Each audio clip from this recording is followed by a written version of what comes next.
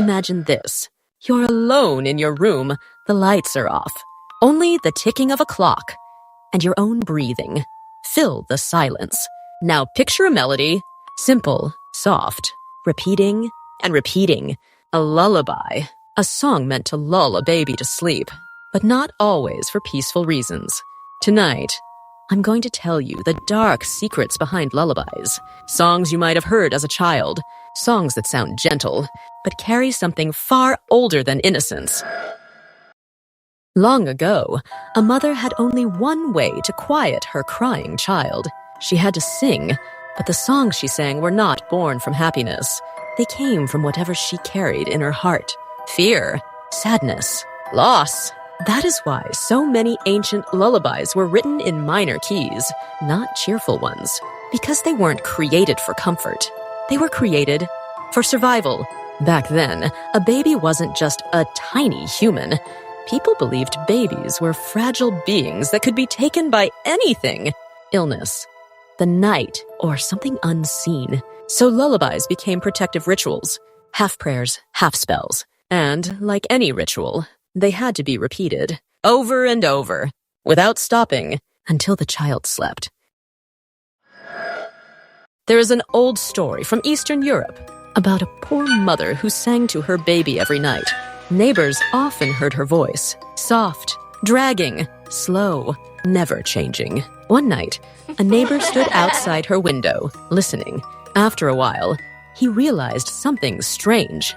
The lullaby didn't stop, even after the baby stopped crying, even as the night grew deeper, even when the house felt unnaturally still.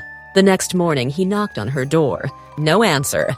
He pushed open a window and saw her sitting in a wooden chair, rocking the cradle gently, singing the same lullaby, even though the cradle was empty.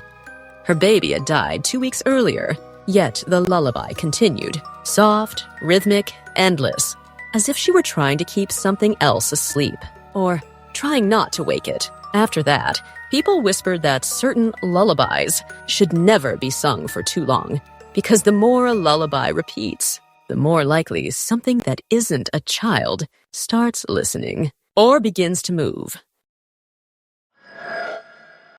Modern researchers have studied why lullabies can sound unsettling in silence.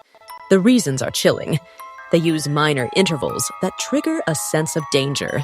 They repeat like chants used in old rituals. Some melodies were once used to call or banish spirits. But the strangest part? In very old recordings, researchers found empty, gaps, moments of silence, where faint, unnatural sounds appeared. Whispers, breaths, a soft humming that did not belong to the singer, as if someone else was in the room listening. Even today, people report terrifying experiences. Some hear humming coming from their child's room, even though no one is inside. Some feel a lullaby looping in their mind at night, as if someone is singing right behind them. Some babies cry harder when a lullaby plays, almost as if they sense they're not listening alone. But the most disturbing case was from a family in the U.S.